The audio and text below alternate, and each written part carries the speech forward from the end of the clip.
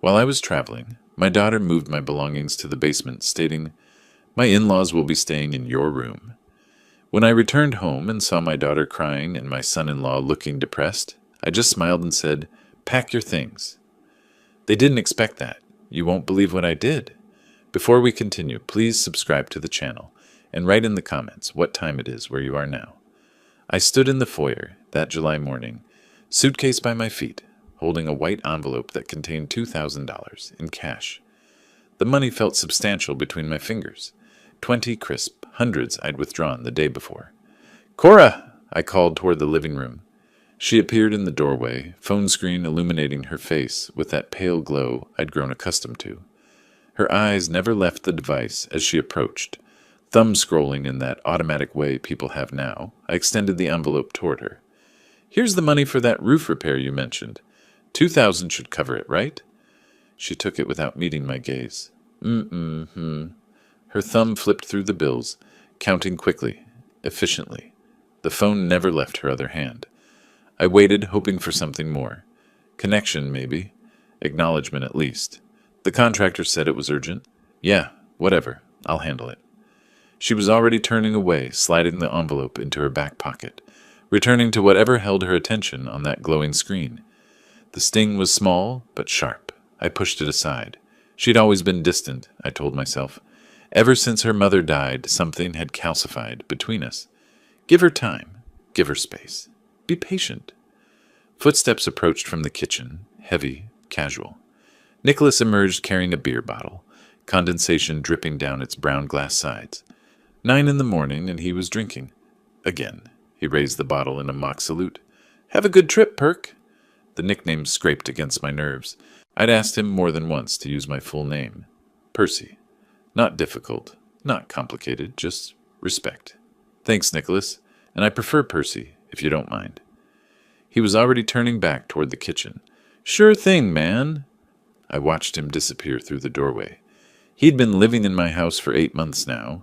Temporary financial difficulties, Cora had explained when they first arrived. Temporary had stretched like taffy, reshaping itself around excuses and delays. But I hadn't pressed. What was I supposed to do? Kick out my daughter and her husband? Put them on the street? That wasn't who I was. Before Nicholas vanished completely, I caught something, a glance between him and Cora. Quick, loaded with meaning I couldn't decipher. She glanced at him, then away. He nodded slightly. Then both returned to their separate spaces as if nothing had passed between them. Paranoia, I told myself. Jet lag before the jet. I grabbed my suitcase handle and headed for the door. The airport was efficient. Check-in, security, gate. I settled into my seat on the Rome-bound flight, pulled out my worn copy of a Roman history book, let my spine relax into the cushion. 6 months of planning had led to this moment, leading an educational tour for retired community members through Italy, sharing my passion for history, for learning, for those ancient stones that held centuries of human triumph and failure. This was what retirement should be. Finally living dreams you'd postponed. The engines roared. We lifted. Portland fell away beneath clouds. Hours passed. The Atlantic unreeled below us, while back home the sun climbed higher. Then began its afternoon descent. In my bedroom, the master bedroom on the second floor that I'd shared with my wife for 33 years before cancer took her, Cora stood in the doorway, Nicholas beside her. "Finally," he said. "Time to move." Cora hesitated, her hand lingering on the doorframe. She stepped inside slowly, looking around at the space. Her eyes landed on the framed photograph on my nightstand. Her mother and me at the coast, wind whipping her mother's hair across her laughing face. Cora picked it up, studying it. "He won't care about this," Nicholas said, reaching over and taking the frame from her hands. He set it face down on a cardboard box they'd brought upstairs. "That's my mom?" Cora's voice barely reached whisper level. "Then we'll put it somewhere safe, in the basement. He won't even notice." Nicholas was already pulling clothes from my closet, dumping them into boxes without folding. My parents need a real room, not some basement cave. They're elderly. They deserve comfort.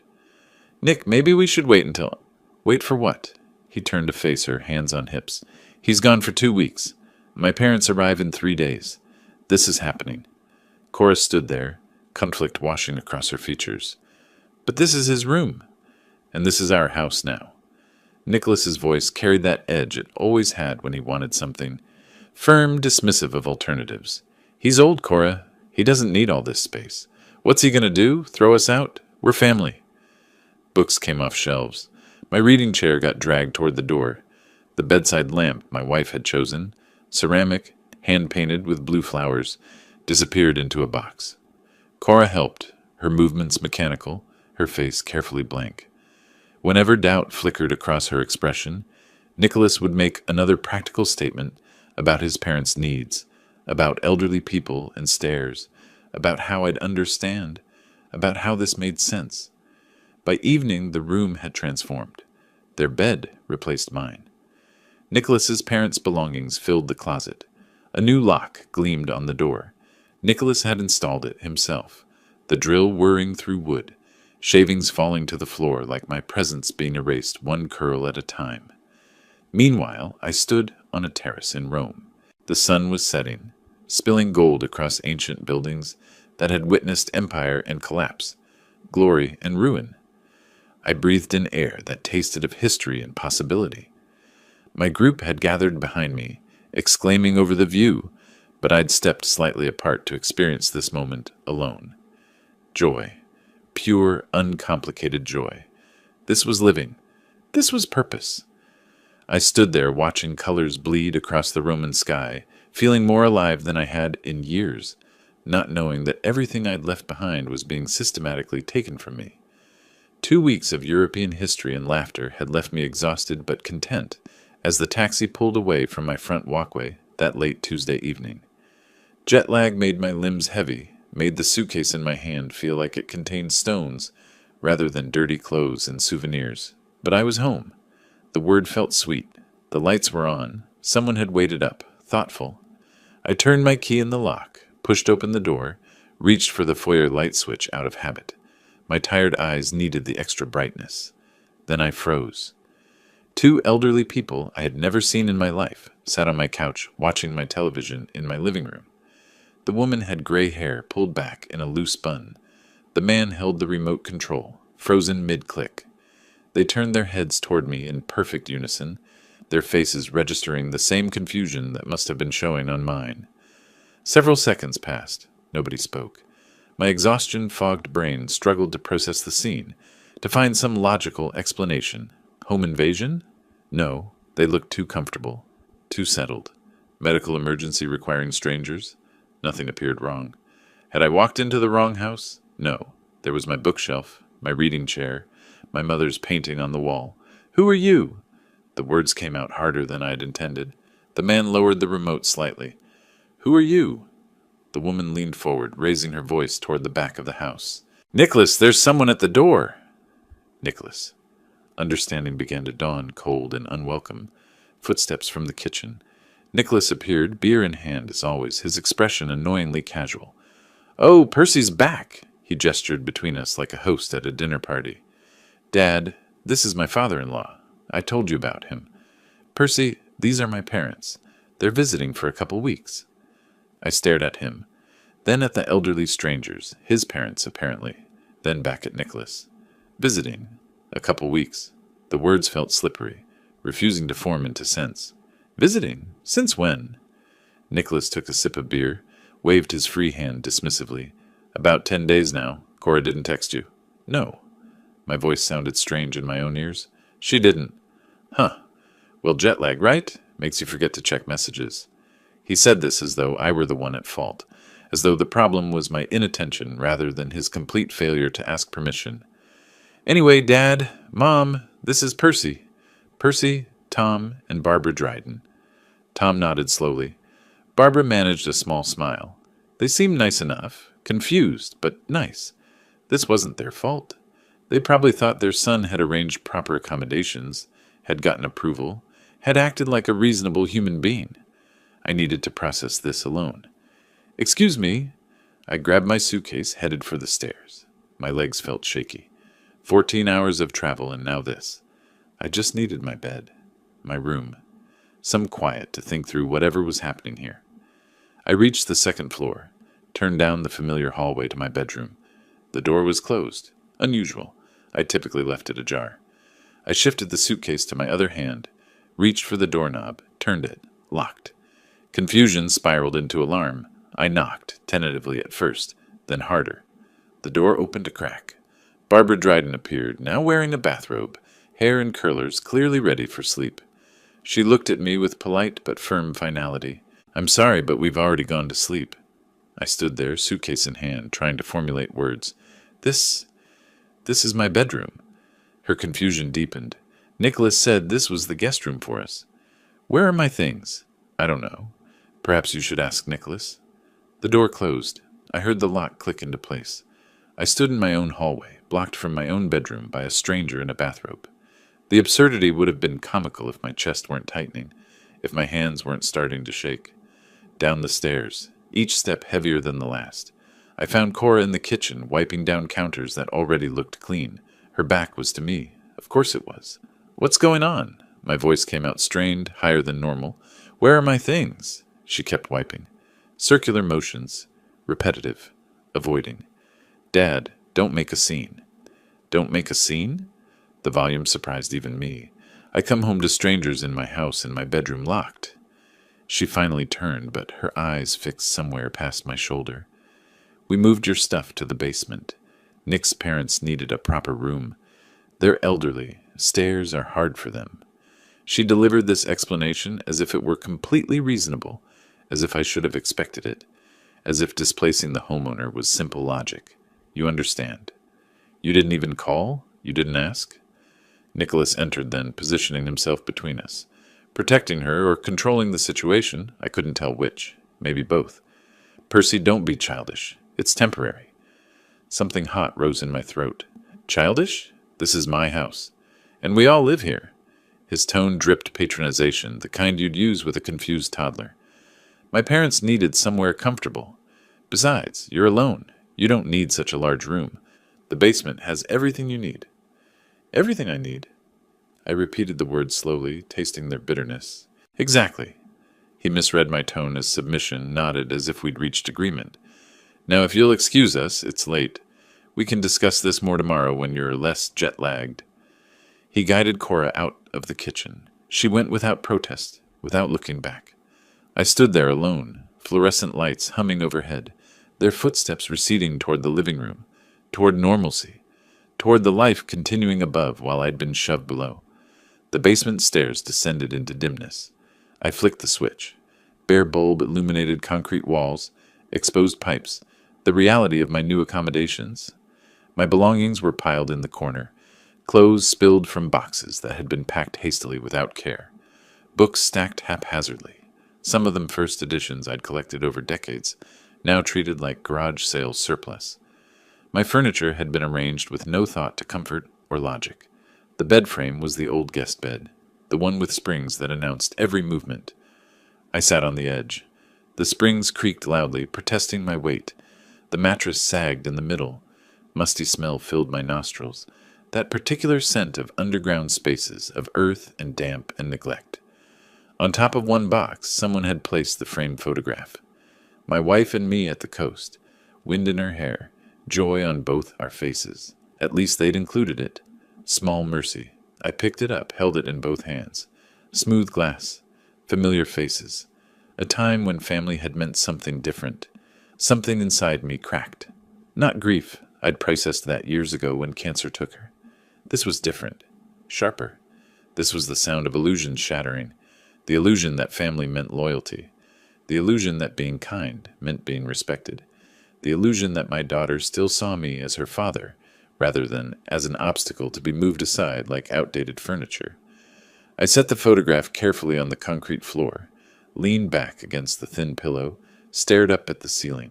Above me, floorboards creaked, footsteps, voices murmuring, television sounds, life happening in my house, in the spaces I'd been exiled from.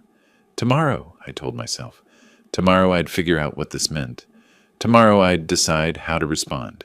But even then, in that moment of defeat, something else was forming. Small. Hard. A seed of something I didn't recognize yet. It sat in my chest alongside the hurt and humiliation, quietly taking root. I closed my eyes, exhaustion finally pulling me under. The springs creaked one last time as I shifted position, trying to find comfort on a bed that wasn't mine, in a space that wasn't meant for living, in the basement of my own house. Morning arrived with the mercy of a headache and the indignity of a back that refused to straighten properly.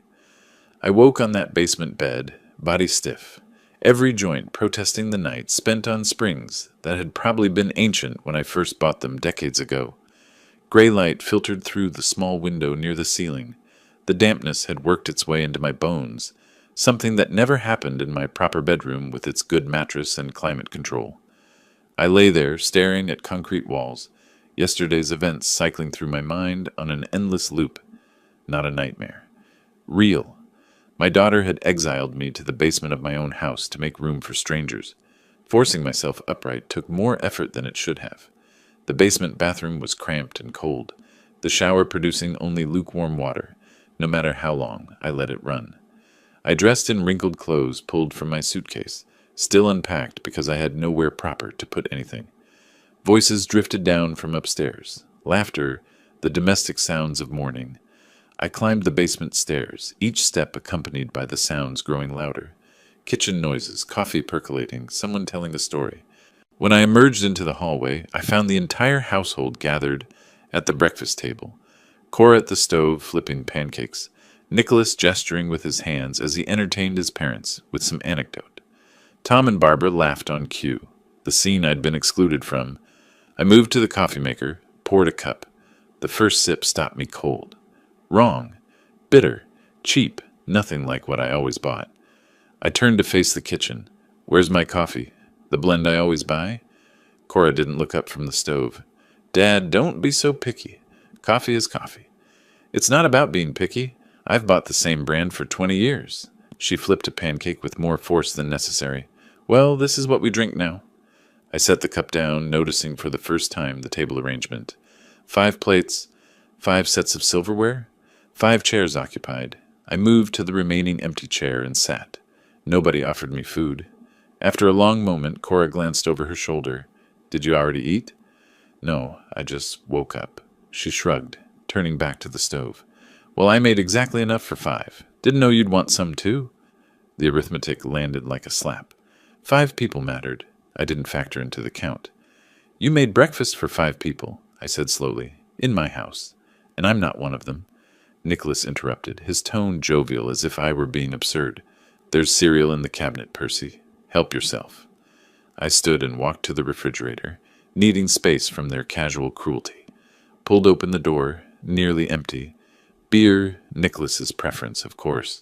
Some picked-over takeout containers. Condiments. Nothing substantial. Nothing I would have purchased. The freezer held more beer and frozen pizzas.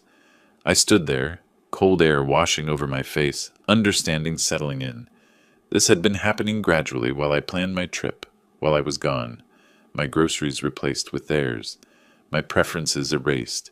My home transformed one substitution at a time.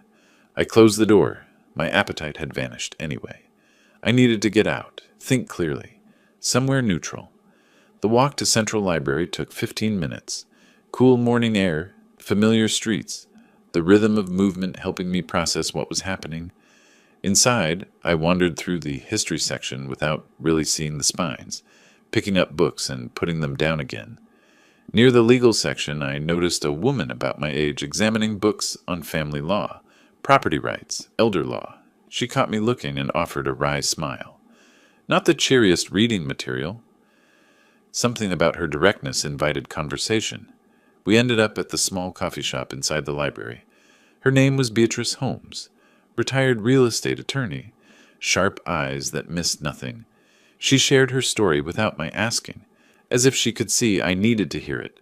Her son had tried similar tactics, slowly taking control, changing documents, treating her like she was incompetent. They think because we're older, we're helpless, she said, stirring her coffee. I found myself telling her everything. The basement, the strangers in my bedroom, the breakfast arithmetic, the casual erasure. Words poured out that I hadn't intended to share. Her expression hardened as I spoke. Percy, this isn't just disrespect. This is the beginning. She leaned forward. People who do this don't stop at making you uncomfortable. They're positioning to take everything. Take everything? Check your documents, your bank accounts, everything. Her gaze held mine. I'm betting you'll find this has been planned for a while. That cold feeling spread through my chest again. She slid a business card across the table, tapping it twice. Call me after you look. You're going to need help. I walked home, dread growing with each step. The house was quieter when I returned. The Drydens must have gone out sightseeing. I descended to the basement, opened my laptop, and started searching. Email first. Utility bills? I searched for recent ones. Nothing. Strange. I logged into Portland General Electric's website, entered my account number. Contact information displayed on screen. Changed 3 months ago. Email address listed. Cora's. Phone number. Cora's. Authorization notes. Daughter taking over account management due to father's declining health. My hands started shaking. Water Bureau. Same pattern. Gas company. Same. Internet provider. Same. Every utility. Systematically transferred to her contact information. All claiming I had declining health. Needed someone to manage my affairs. I pulled up my bank accounts. Credit card statements I'd neglected while planning the trip. $8,000 in charges over 2 months. Restaurants I'd never been to. Electronics I didn't own. Clothing purchases that weren't mine. All on my card. Cora was listed as authorized user, something I had never ever signed for. The cold feeling spread through my entire body. I started creating a spreadsheet, documenting every irregularity, each unauthorized change, each lie they'd told. The laptop screen illuminated my face in the dim basement as columns filled with evidence. Above me, floorboards creaked, voices raised. Nicholas and Cora arguing about something. I could hear through the thin ceiling. Nicholas's voice, angry. The old man's starting to snoop around, asking questions. Cora, defensive. I told you we should have waited. Nicholas cutting her off. We've waited long enough. He doesn't need to know everything. We'll handle it. My fingers paused over the keyboard. They knew I was investigating, and they weren't stopping. I picked up my phone, scrolled to the number Beatrice had given me, and pressed call. She answered on the second ring. Percy? I looked at my laptop screen, at the spreadsheet documenting every violation. Above me, the argument had faded to murmurs. I need help, I said, and I think I'm ready to fight back. I woke the next morning with something I hadn't felt in days. Purpose. No more lying there processing shock. No more accepting humiliation. Beatrice had talked me through the basics last night. What to check, where to go, how to document everything. Now I had a plan. I dressed carefully. Slacks, button-down shirt, good shoes. The clothes of a man conducting serious business, not a displaced father hiding in a basement. I checked my reflection in the small mirror. Presentable, capable, dignified. Upstairs was still quiet. Everyone sleeping. I found the cereal Nicholas had mentioned, ate quickly standing at the counter, and left the house before anyone stirred. My car started smoothly. First stop, Portland General Electric's customer service office on Southeast Division Street. The representative, Sandra, was middle-aged with kind eyes that had probably seen too much. I presented my identification and account number. I need to know when my contact information was changed and who authorized it. She typed, clicked, scrolled. 3 months ago. Changed by Cora Patterson. She read from the screen. She presented herself as your authorized representative. Said you were experiencing health decline and she needed to manage your affairs. My jaw tightened. I never authorized that. I have no health issues whatsoever. I just organized and led a 2-week educational tour through Europe. Her expression shifted to sympathy, a look that said she'd encountered this before. I'm sorry, Mr. Patterson. This happens sometimes with family members. We require very little documentation for these changes, maybe too little. I repeated the same process at the Water Bureau, the gas company, the internet provider. Same story everywhere, same lie, same 3-month time frame. This wasn't impulsive. This was coordinated, systematic. By the time I reached my bank, the Hawthorne branch of U.S. Bank, my controlled anger had crystallized into something harder. Michael Torres, the customer service representative, pulled up my account. Young guy, professional demeanor, but his eyes widened when he saw the charges. The credit card charges, I said.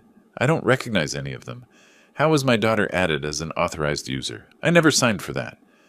Michael navigated through screens. There's a signature here from 6 months ago. He turned the monitor toward me. I stared at my alleged signature. Close, but wrong. The capital P didn't curve the way mine did.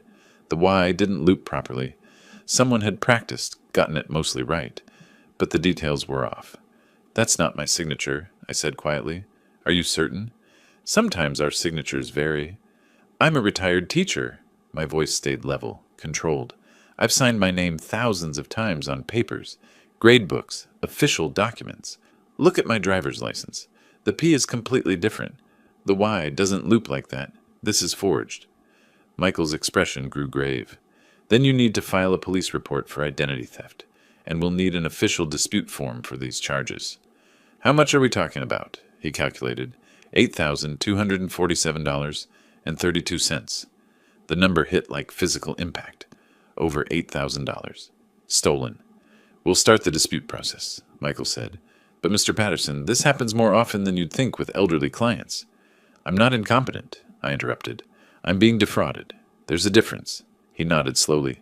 Yes, there is. My last stop was Stephen Blake's notary office, housed in a converted home near Laurelhurst Park. Stephen had notarized my will years ago, knew my signature intimately. Stephen, I need to verify my will is still intact. He retrieved the file, spread it across his desk. Everything looked normal. The house would go to Cora upon my death, as intended when I drafted it after my wife passed. But, Stephen said, squinting at his notes, you should check your property title recently. My stomach dropped. Why? In Oregon, if someone has access to your documents, they might try adding themselves to a title deed through a quitclaim deed, essentially trying to gift themselves partial ownership. He looked up at me. It's not legal if they forge it, but it creates a nightmare to untangle. How do I find out? Official title search. I can order it now. Rush processing takes 2 to 3 business days. I paid for it immediately. 2 to 3 business days. The wait felt like a ticking clock, counting down to revelation. When I returned home that afternoon, the house was empty again. I descended to the basement and spread everything across my makeshift desk. Created a detailed spreadsheet with columns. Date, service, unauthorized change, amount, documentation. Electric company, unauthorized contact change, false claims of declining health. Water, same pattern. Gas, same. Internet, same. Credit card, $8,247 in fraudulent charges. Property title, pending investigation, results in 3 days. I photographed every document with my phone, uploaded everything to secure cloud storage, created backup files. The evidence mounted, irrefutable and damning. Evening settled in. I heard the front door open, voices returning, footsteps overhead, then raised voices again. Nicholas angry. The old man's been everywhere today. Electric company, bank, notary. He's building the case. Cora, fear in her voice. What if he goes to the police? He won't. He's too weak. Too worried about family image. Nicholas's tone carried contempt. Besides, we've got cover. All those companies think he's sick. We just need to make sure everyone else believes it too. A pause. Then Cora, hesitant. You want to make him look incompetent? We already started. Now we finish. I sat motionless at my desk, phone in hand. They weren't backing down. They were escalating, planning to destroy my credibility, make everyone believe I was declining, incompetent, unreliable. I pulled up Beatrice's contact and pressed call. She answered immediately, voice alert. What did you find? I looked at the evidence spread before me. Everything you warned me about. 3 months of systematic changes. $8,000 in forged charges. They told utility companies I have declining health. I don't. And they might have tried to alter my property deed. Sharp intake of breath. Percy, this is serious fraud. You need legal representation. I need more than that. I need them out of my house. Legally. Pause. Then firm. Tomorrow morning, 9 o'clock. Bring everything you found today. We're going to need a lawyer. Above me, the voices had gone quiet, planning their next move, no doubt. Good, I said, staring at the ceiling, at the floorboards of my stolen life. I'm done being defensive. Stumptown coffee smelled like hope and fresh beginnings when I pushed through the door at 9 the next morning. The bell chimed overhead. Beatrice sat at a corner table, 2 steaming cups already waiting, spiral notebook open, several thick legal reference books stacked beside her like ammunition. She looked up as I approached, gestured to the empty chair. "Thank you for this," I said, setting my documentation folder on the table. She waved off the gratitude. "We're helping each other. Besides, I've been where you are. I know what this feels like. Now show me everything you found." I opened the folder, spread the evidence across the small table. Utility company letters, bank statements, photographs of the forged signature, my real one next to their imitation, the detailed spreadsheet I'd created, each violation cataloged with dates and amounts. Beatrice examined each item with professional scrutiny, occasionally making notes, asking clarifying questions that showed she understood exactly what she was seeing. Finally, she closed the last document and looked at me with serious eyes. "First rule: document everything. Every violation, every call, every document. You've started well, but we need this airtight." She opened her notebook to a fresh page, drew a line down the middle. Violations on one side, actions on the other. We built the list together, her neat legal handwriting filling the columns.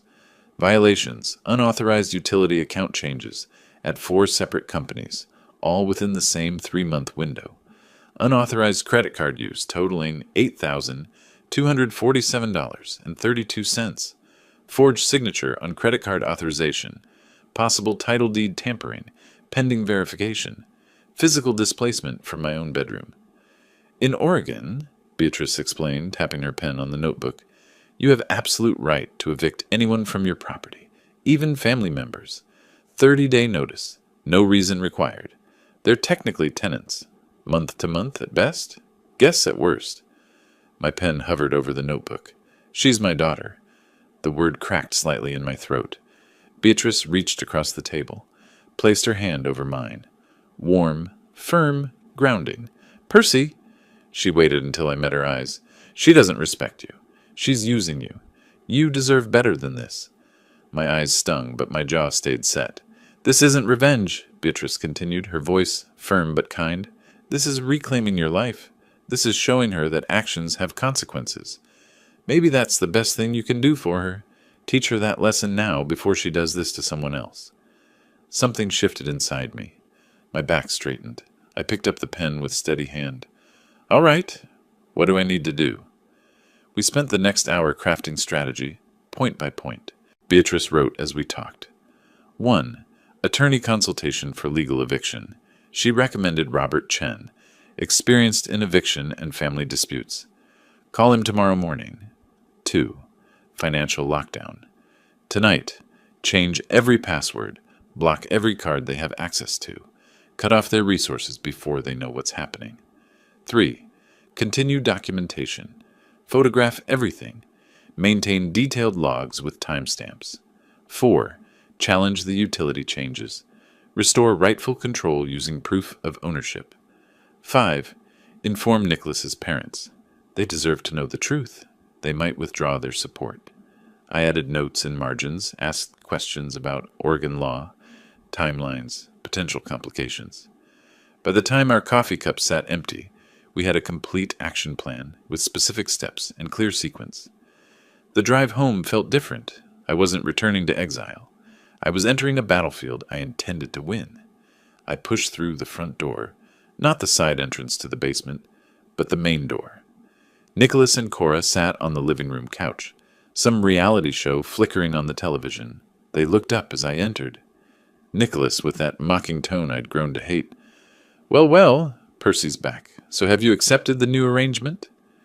Challenge hung in his voice. Expectation that I'd retreat, shuffle to my basement corner, accept my place. But I didn't retreat.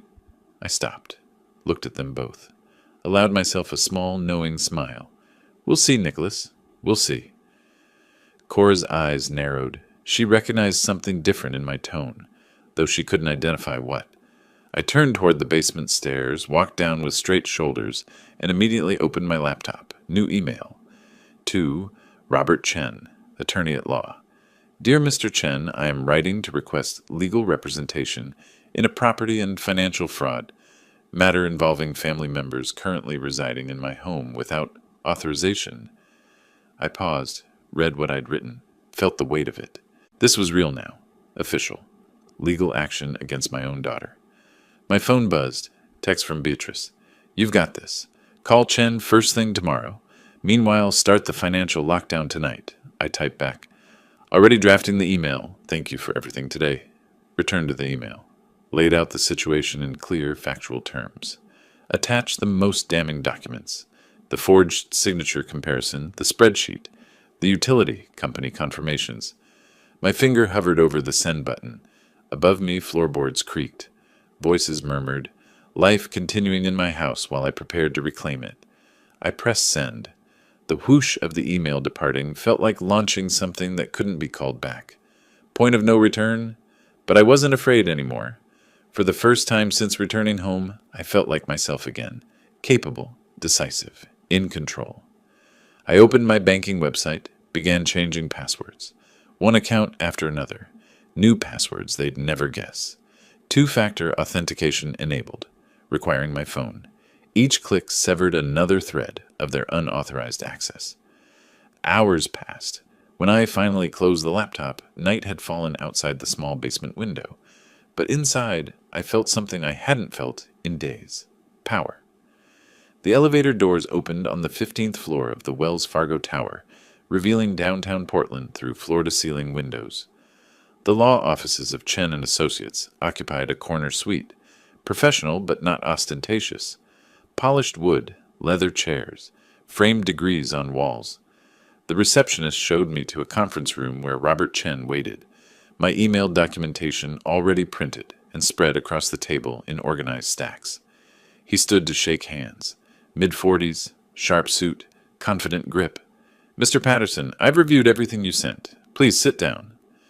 I took the offered chair. Chen sat across from me, fingers steepled, expression serious. This is quite serious. Let me be direct. Your daughter and son-in-law have committed multiple forms of fraud and financial exploitation. Hearing it stated so plainly by an attorney made it real in a way my own thoughts hadn't. These weren't just family problems. These were crimes. Chen walked me through each violation, pointing to specific documents. Unauthorized utility changes, fraud, forged signature on credit card authorization, identity theft, $8,000 in unauthorized charges, grand theft, possible title deed tampering, attempted property fraud. He pulled out a yellow legal pad, began making notes in precise handwriting. Oregon law is very clear on eviction rights. You can issue 30-day notice without providing any reason. They're month-to-month tenants at best, guests at worst. Given the financial fraud, you could argue 24-hour eviction, but 30 days is safer legally. Can we get them out? My voice came out more desperate than I'd intended. Out of my house? Absolutely. Chen's confidence was reassuring. You have absolute right to evict. What stops them from doing more damage in 30 days? That's my concern. We lock everything down first. Today, before they know what's happening. He leaned forward. Surprise is your advantage. They think you're passive. When we strike comprehensively and all at once. By the time they realize what's happening, you'll have already secured your assets and filed legal paperwork. He slid a document across the table. Retainer agreement. I suggest we move forward immediately. Today you lock everything down. Tomorrow I file the eviction notice. Within 72 hours we submit police report. Gives them no time to plan counter-strategy. I looked at the agreement, thought of my basement exile, the empty refrigerator, Cora counting my money without acknowledgement, Nicholas's mocking smile. I pulled out my pen. Where do I sign? Chen's slight smile told me he approved. Right there. And Mr. Patterson, you're doing the right thing. I left his office with a checklist and renewed purpose. First stop, the Hawthorne branch of my bank. The teller processed my requests efficiently. Close Cora's authorized user status on all accounts. Change all online passwords. Enable two-factor authentication requiring my phone for any access. She typed rapidly, clicked through screens, then looked up with professional sympathy. Your accounts are now secure, Mr. Patterson. She'll have no access whatsoever. The relief felt physical. Thank you. You have no idea what this means. Next, credit card companies. I sat in my car, worked through the list, called each one, explained the situation, blocked every card Cora had used. Yes, I'm filing a police report for identity theft. Can you send documentation of the unauthorized charges? They all agreed, evidence mounting. Utility companies followed the same pattern. One by one, I called Portland General Electric, the Water Bureau, gas company, internet provider. Provided my documentation, demanded they restore my contact information immediately. My daughter had no authority to make those changes. Please revert everything to my name and contact information. Each company apologized, processed the requests. By late afternoon, I'd locked every door they'd jimmied open. Cora stood at the grocery checkout, cart full of expensive items, steaks, wine, pre-made meals. She handed the cashier Percy's credit card with casual confidence. The machine beeped. Declined. Cora frowned. Try again. Same result. Do you have another form of payment? Flustered, fumbling, Cora pulled out her own card. It barely covered the total. People in line behind her shifted impatiently, her face flushed. In the parking lot, she called the credit card company, anger building with each passing second on hold. Why was my card declined? The representative's voice remained neutral. That account has been closed by the primary cardholder. I show you had authorized user status, which has been revoked. The words hit like cold water. Revoked. By the primary cardholder, by her father. She drove home, fury replacing shock. Found me in the basement, reading a history book. Picture of calm. What did you do? She didn't knock, just stormed in. My card was declined at the store. I didn't look up from my book. Protected my assets. Do you have a question? This is unbelievable. After everything I've done for you. I finally looked up, met her eyes with level gaze. What exactly have you done for me, Cora? Moved my things to the basement? Spent thousands of my dollars? Forged my signature? Tell me which of those I should be grateful for. She sputtered, words failing. You don't understand. I understand perfectly. I returned to my book. Now, if you'll excuse me, I'm busy. She stood there, mouth opening and closing, then turned and fled up the stairs. Evening came. Nicholas tried logging into the electric company account. Access denied. Water account denied. Gas, internet, everything denied. Every password changed. He slammed his laptop closed. Rage building. Stormed to the basement stairs, heavy footfalls announcing his approach. I heard him coming. Didn't move from my chair. He appeared in the doorway, filling it with his bulk. Voice threatening. Old man, you're playing a dangerous game. This is our home now. You can't just... I stood. Something in my movement made him pause. I stepped forward. Nicholas, surprisingly, stepped back. This is my home, I said, voice quiet but steel hard. It always has been. It always will be. And it's time you understood something, Nicholas. I'm done being pushed around. You think you can just kick us out? We have rights. You have the right to face consequences. I stepped closer. You wanted to play games with my property, my money, my dignity? Fine. But now I'm playing back. I walked past him toward the stairs. He didn't try to stop me. And I'm much better at this than you are. I climbed past him, left him standing frozen in the basement doorway, shock replacing his usual swagger. At my laptop, I found an email from Robert Chen. Eviction notice drafted and ready for delivery. Police report scheduled for tomorrow morning. Everything is in motion. You did the right thing. I allowed myself a small smile. Typed response. Thank you. For the first time in days, I feel like I'm taking my life back. Above me, urgent voices argued. Nicholas and Cora, worried now, desperate. I opened a new email. Tom and Barbara Dryden's address, which Nicholas had once casually mentioned. They deserved to know what their son had done, what he'd turned their visit into. I began typing. Dear Mr. and Mrs. Dryden, I'm writing to inform you of some concerning events that have occurred during your visit. My fingers moved steadily across the keyboard. No hesitation now. The truth needed to come out. All of it. Morning brought no relief for Cora and Nicholas. I could hear them upstairs, whispering urgently in the kitchen while Tom and Barbara remained in the bedroom. From my basement vantage point, their desperation filtered down through the floorboards like smoke. I didn't know it then, but they were plotting their worst betrayal yet. 2 days passed in tense silence. Then mid-morning on the third day, the doorbell rang. I climbed the basement stairs, opened the door to find a woman in her 50s, holding a county ID badge. "Mr. Patterson, I'm Janice Crawford from Adult Protective Services. May I come in?" Confusion must have shown on my face. "Adult Protective Services? I'm sorry, I don't understand. Has something happened?" Her smile was professional, but kind. "We received a report expressing concern about your well-being. It's routine. I just need to ask you some questions." "Of course. Please come in. Can I get you coffee?" We sat in the living room, my reclaimed territory. I refused to retreat to the basement for this. Janice pulled out a standardized assessment form, began asking questions. Current date? Easy. My address? Simple. Recent activities? I told her about the European tour, about leading a group of retired educators through Rome, Florence, Venice, about organizing itineraries and managing logistics. "Someone was concerned about cognitive decline," she said carefully, watching my face. "But I see no evidence of that. You're clearly organized, lucid, managing your affairs competently." "Someone called?" The pieces clicked together. "Who?" The report was anonymous. Apologetic tone. "But I can tell you there's no basis for concern. You're fine, Mr. Patterson." Anonymous. Of course. After Janice left, I sat in the quiet living room, the realization settling over me like ice water. My own daughter had tried to have me declared incompetent, had called Adult Protective Services claiming I had dementia, couldn't manage money, was paranoid about family. My hands shook as I dialed Beatrice. "They tried to have me declared incompetent," I said when she answered, words tumbling out. "Adult Protective Services just left. Someone reported I have dementia, can't manage finances." Sharp intake of breath. "Oh, Percy, I'm so sorry. But you're okay?" "What did the investigator say?"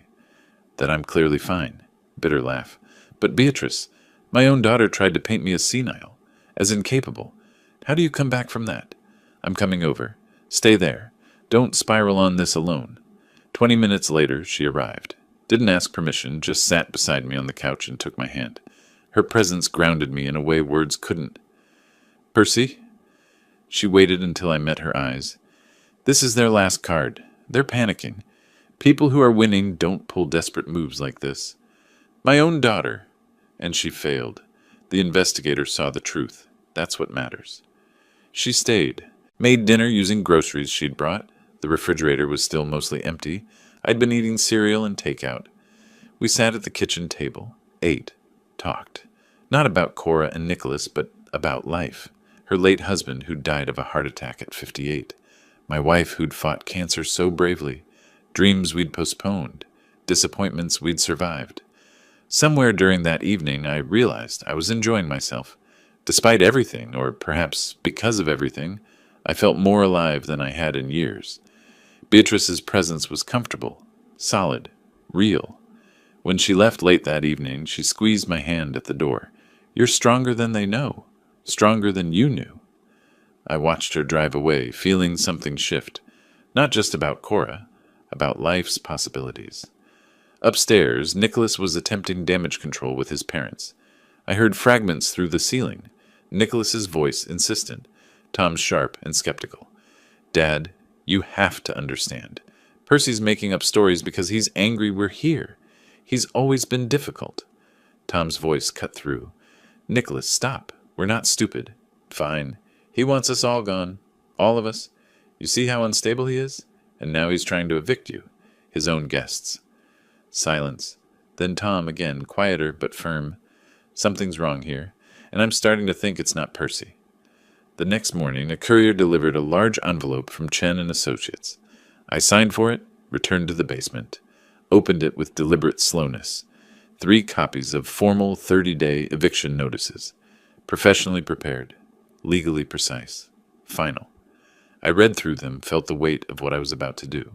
But the memory of that APS visit, Cora's attempt to destroy my credibility, hardened my resolve. Time to end this. I climbed the stairs.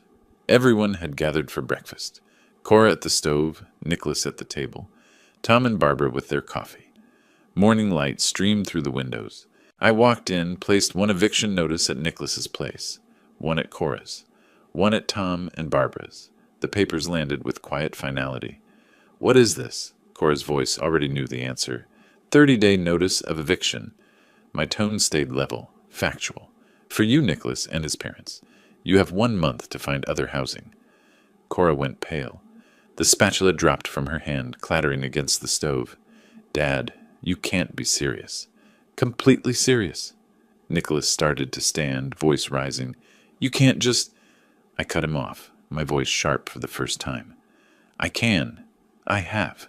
This is my property. You've been notified. You have 30 days. Tom picked up his copy, read it, showed it to Barbara. Their faces registered shock, but also something else. Confirmation. This made everything real. Percy wasn't just being difficult. Cora's eyes filled with tears. Please, Dad, don't do this. We can talk. I turned to leave, then paused. No, I wouldn't retreat to the basement. Not anymore. I walked to the living room instead, sat in my own chair in my own house, pulled out my phone, texted Beatrice. It's done. They've been served. Her response came immediately. I'm proud of you. Are you okay? I looked around the living room, my space reclaimed, looked toward the kitchen where 3 people sat with eviction notices, felt something settle in my chest. Yes, I typed back. For the first time in a long time, I'm okay. The next 3 days blurred into chaos. Cora cried constantly, intercepting me at every opportunity. Please, Dad, just talk to me. We can fix this. I walked past her. She followed to the basement stairs. Where will we go? What will we do? Please. My heart twisted, but I didn't respond. Nicholas took the opposite approach, aggressive, cornering me in the kitchen while I measured coffee. We're not leaving. What are you going to do? Call the police on your own daughter? If necessary, yes. He slammed his hand on the counter. You're making a mistake, old man. I met his eyes. The mistake was letting you stay this long. Upstairs, Tom and Barbara heard everything. I could feel their discomfort growing. Day 3 after the notices, Tom knocked on the basement door. I opened it to find both of them looking exhausted. Percy, we need to talk. All of us. Tom's voice was firm. Barbara and I have heard Nicholas's version. We read your email. Now there's eviction notices. We need the truth. Tonight, everyone in the living room. I considered, then nodded. 7 o'clock. But I'm bringing a witness. A friend. Tom frowned. A witness? Why? Because you deserve the whole truth, and I want someone objective there who isn't family. They exchanged glances, nodded agreement. I texted Beatrice immediately. Family confrontation tonight. Can you come? Her response. Wouldn't miss it. I'll bring the documentation we organized. Evening arrived. 7 o'clock. I'd arranged the living room deliberately, chairs in a semicircle facing the couch where Tom and Barbara sat. I took my armchair, Beatrice beside me in a dining chair I'd brought in. Cora and Nicholas sat opposite, as far from me as possible. The room felt like a courtroom. Tom cleared his throat. All right. Someone tell us what's really happening. Nicholas says Percy is overreacting to normal family tensions. Percy, your email claims fraud and theft. The truth. Now. I opened my folder. I have documentation. Would you like to see it, or should I just explain? Barbara leaned forward. Both. Show us and explain. I spread documents on the coffee table. First, bank statements. $8,247 in unauthorized charges over 2 months. Restaurants, electronics, clothing. I didn't make these purchases. I showed the forged signature, adding Cora as authorized user. This isn't my signature. Look at my driver's license. The P is completely different. Tom examined both, his face darkening. Next, utility company letters. 3 months ago, Cora changed all my utility accounts to her contact information, claiming I had declining health. I don't have declining health. I just led a 2-week European tour. Barbara's hand went to her mouth. Finally, my phone. This is a screenshot of text messages between Cora and Nicholas, discussing controlling the old man and, when he dies, the house is ours anyway. I slid the phone across. Barbara read, went pale, handed it to Tom. His face flushed red. Nicholas leaned forward, voice urgent. This isn't how it looks. Percy authorized everything. He was confused, forgetting things. We were helping him. Then why did you forge my signature? My voice stayed calm. Why lie to utility companies about my health? Why text about controlling me? Because you're old and stubborn. You can't admit you need help. Tom stood abruptly, voice like thunder. Enough! I've heard enough! He turned to Nicholas, and the disappointment on his face was devastating. This is theft. This is fraud. We raised you better than this. Barbara stood beside him. We're packing. Tonight. Now. We will not be part of this. Dad, please, just listen. No. Tom's voice was final. We're done listening to you. As Tom and Barbara left the room, Cora crumbled. She slid from her chair to her knees, hands clasped like prayer. Daddy, please, please forgive me. Sobs broke her words. I didn't know it would go this far. Nicholas kept saying you wouldn't even notice, that you were going to leave everything to me anyway, so what did it matter? The confession spilled out. He said you'd die soon, and we deserve to enjoy the house now. That you were selfish, keeping it all to yourself. I didn't want to do the APS call. I swear I didn't. But he said you'd take everything away. I looked down at my daughter on her knees and felt the full weight of her betrayal, mixed with terrible sadness. Tears ran down my face now, too. Cora! My voice wasn't angry, just tired. I gave you everything. Paid for your education. Gave you and Nicholas a home when you needed it. All I needed was respect, that's all. I'm sorry, I really am. I believe you are. I nodded slowly. But you're sorry you got caught, Cora. You're sorry you're losing what you wanted. I don't think you're sorry for what you did to me. Beatrice, silent until now, spoke. Her voice was calm, legal, but not unkind. Mr. and Mrs. Dryden are right to leave. Cora, Nicholas, people don't change until they face consequences. Real consequences. Percy isn't punishing you. He's saving himself. I stood. You have 27 days to find somewhere else to live. I suggest you start looking. Tom and Barbara appeared in the doorway, suitcases in hand. They couldn't pack everything, but enough. Tom walked to me, extended his hand. I'm sorry. We should have seen it sooner. I shook his hand. You were visiting your son. You had no reason to suspect. Barbara, crying quietly. We'll get the rest of our things this week. We'll call first. And Percy. Thank you for telling us the truth. We deserved to know what kind of man we raised. They left. The door closed. In the sudden silence, Cora got up from the floor, walked upstairs without a word. Nicholas followed, shooting me a look of pure hatred. Percy and Beatrice remained alone in the living room. I collapsed into my chair. The adrenaline drained away, leaving exhaustion. Beatrice sat on the arm of my chair, her hand on my shoulder. You did it, she said quietly. I looked around, my living room, looked at the closed door, looked at the ceiling. I don't feel like I won. I feel like I lost a daughter. Her hand squeezed my shoulder.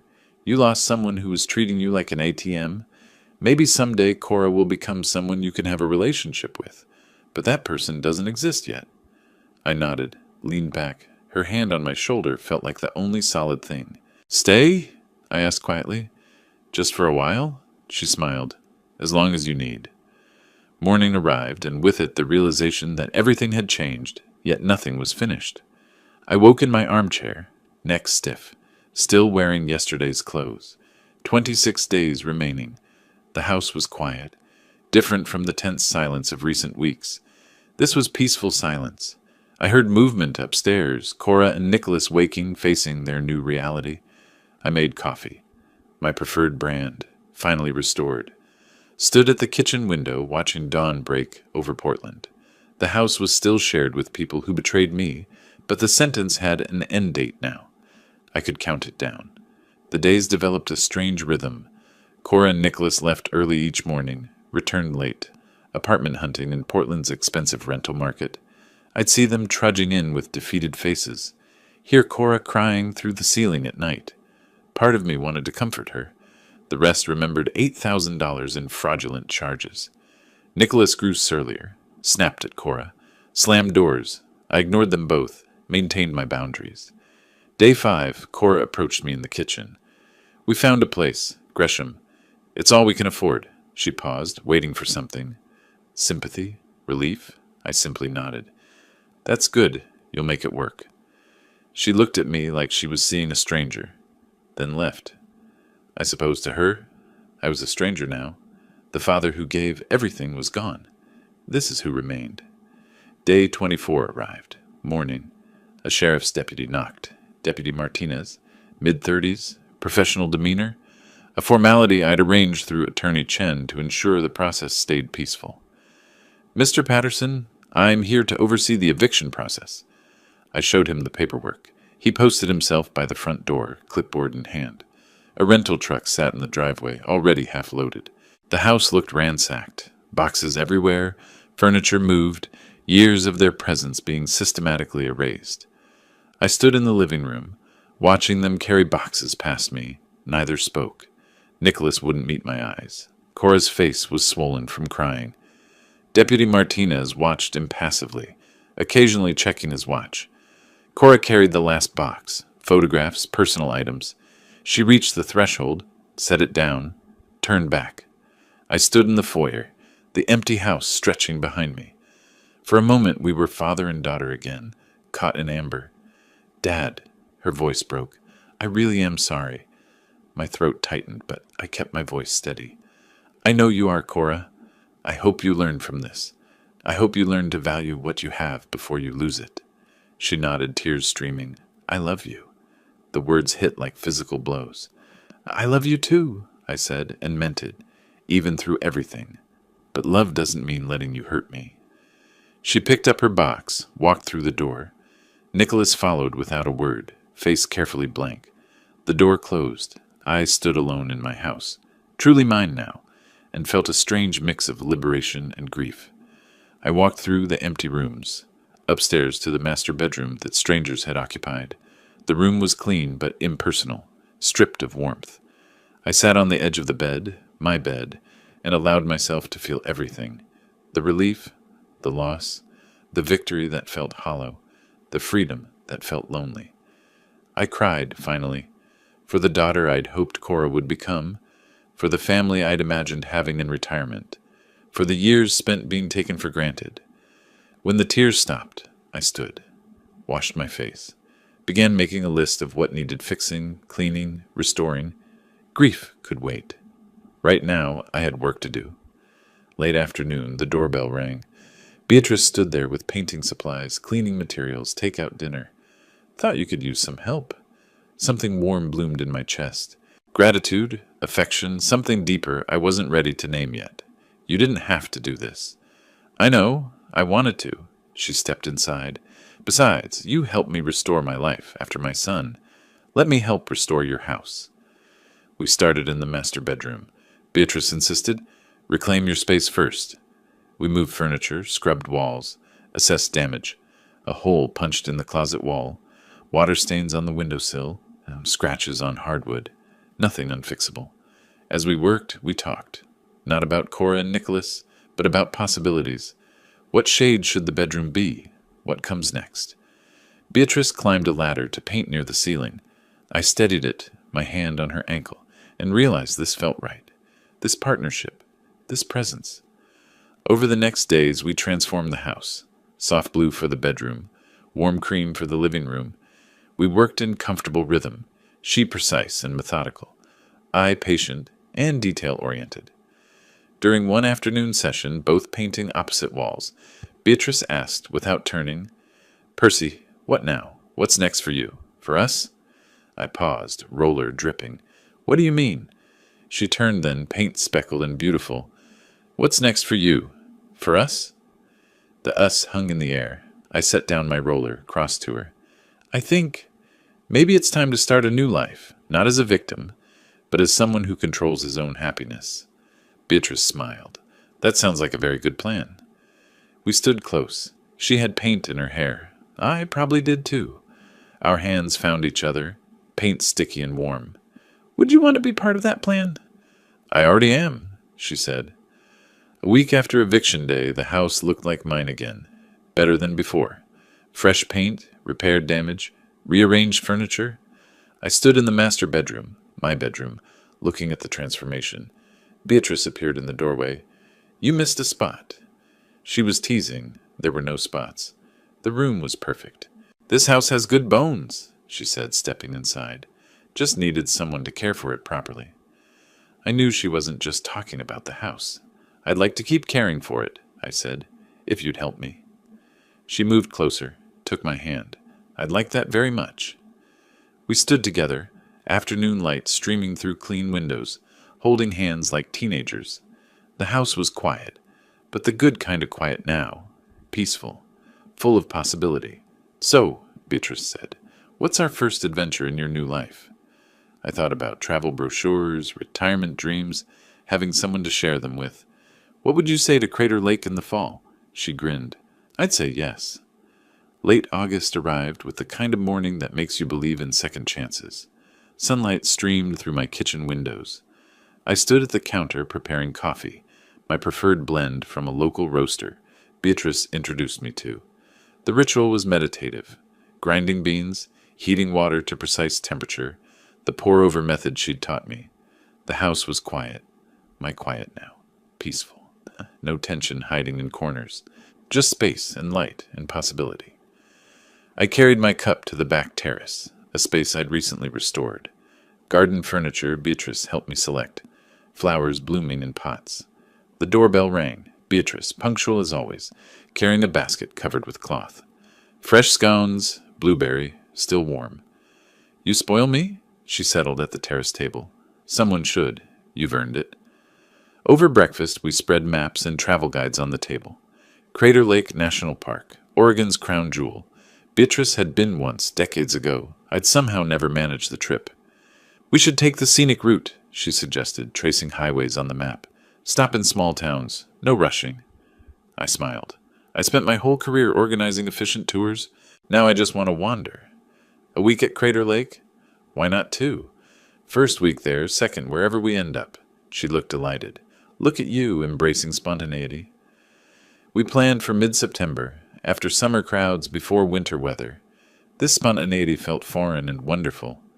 After Beatrice left to run errands, with a kiss on my cheek that still made my heart flutter, I checked my mail. Among the bills, a handwritten envelope, Cora's familiar script. I stood at the mailbox for a long moment before opening it. The letter was several pages, handwritten, tear-stained. She'd started therapy, working full nursing shifts, trying to pay down debts. Dad, I know I don't deserve forgiveness now, maybe never, but I'm trying to understand how I became someone who could hurt you that way. Nicholas and I are figuring things out, whether we even should be together. He's the one who pushed a lot of it, but I let him. I chose to go along. That's on me. I hope someday I can be the daughter you deserved. I hope someday you can be proud of me again. I read it twice, then folded it carefully. My eyes were wet, but I wasn't sure if it was sadness or relief or something else entirely. Beatrice returned to find me on the terrace, letter in hand. She didn't ask, just sat beside me, waited. Eventually I handed it to her. She read in silence, then folded it and gave it back. How do you feel? I considered. I don't know. Part of me wants to call her. Part of me thinks she's only sorry because she lost what she wanted. Beatrice nodded. You don't have to decide today, or this year. Maybe she'll become someone you can trust again. Maybe not. But that's her journey, Percy. Not yours. I took her hand. You're very wise, she laughed. I'm very old. It comes with the territory. We're very old, and I've never been happier, she squeezed back. Neither have I. Evening came. Beatrice had gone home. She maintained her own house, though we discussed moving in together more often now. I sat on my terrace, watching sunset paint Portland in oranges and purples. I thought about the man who'd returned from Europe 6 weeks ago, expecting warmth and finding betrayal. That man was softer, more naive, more willing to be used. The man sitting here now was different, harder in some ways, but stronger. Not bitter, but boundaried. I'd fought for my dignity, my property, my right to respect, and I'd won. Not perfectly. I'd lost my daughter, at least temporarily. But I'd found myself again, and I'd found Beatrice. I understood now what these weeks taught me. Real family doesn't use you. They support you. Blood relation doesn't guarantee love or loyalty. Those must be earned by actions, not just claimed by genetics. I'd spent years believing I owed my daughter everything simply because she was my daughter. But relationships are reciprocal. I could offer love, support, home, but she needed to offer respect, honesty, appreciation. When she stopped, the relationship became parasitic. I'd had to cut it out to survive. And maybe that was the only way she'd learn what a real relationship requires. That understanding settled in my chest like peace. I wasn't the bad guy for enforcing boundaries. I wasn't cruel for demanding respect. I was just a man who finally chose himself. Early September morning, Beatrice's car in the driveway, trunk open. I locked my front door, my house, my rules, my peace, and carried the last bag to the car. We'd packed for 2 weeks, hiking clothes, cameras, maps. I paused at the car door, looked back. The house stood solid, welcoming, waiting for my return. No longer a prison or battlefield, just home. Beatrice started the engine. Ready? I settled into the passenger seat. More than ready. As we pulled away, Portland spread behind us, the open road ahead, highway stretching forward, morning sun making everything golden. Beatrice drove, I navigated, taking the scenic route, no rush, 2 weeks to wander. I watched the landscape scroll past, forests, mountains, small towns, glanced at Beatrice, silver hair catching sunlight, confident hands on the wheel, small smile playing on her lips. This woman who appeared when I needed her most. "What are you thinking?" she asked without looking over. That I thought my life chapter was closing. That after retirement you just... Wait, she glanced at me. And now? I took her free hand. Now I understand that life continues, as long as you let it continue. I chose myself. And somehow, I found you.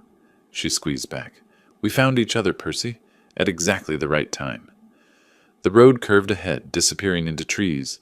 We didn't know exactly where we'd end up, just that we were heading there together. I settled back in my seat, feeling something I thought I'd lost. Freedom. Not freedom from Cora or Nicholas. Freedom from fear of being used. Freedom from believing I had to tolerate disrespect for the sake of family. Freedom to build the family I choose, the one that supports rather than exploits. The sun climbed higher. The road unfolded. Beatrice and I drove toward Crater Lake and whatever came after, ready for the next chapter. Together. If you like this story, please like this video, subscribe to the channel, and share your impressions of this story in the comments. To listen to the next story, click on the box on the left. Thank you for watching.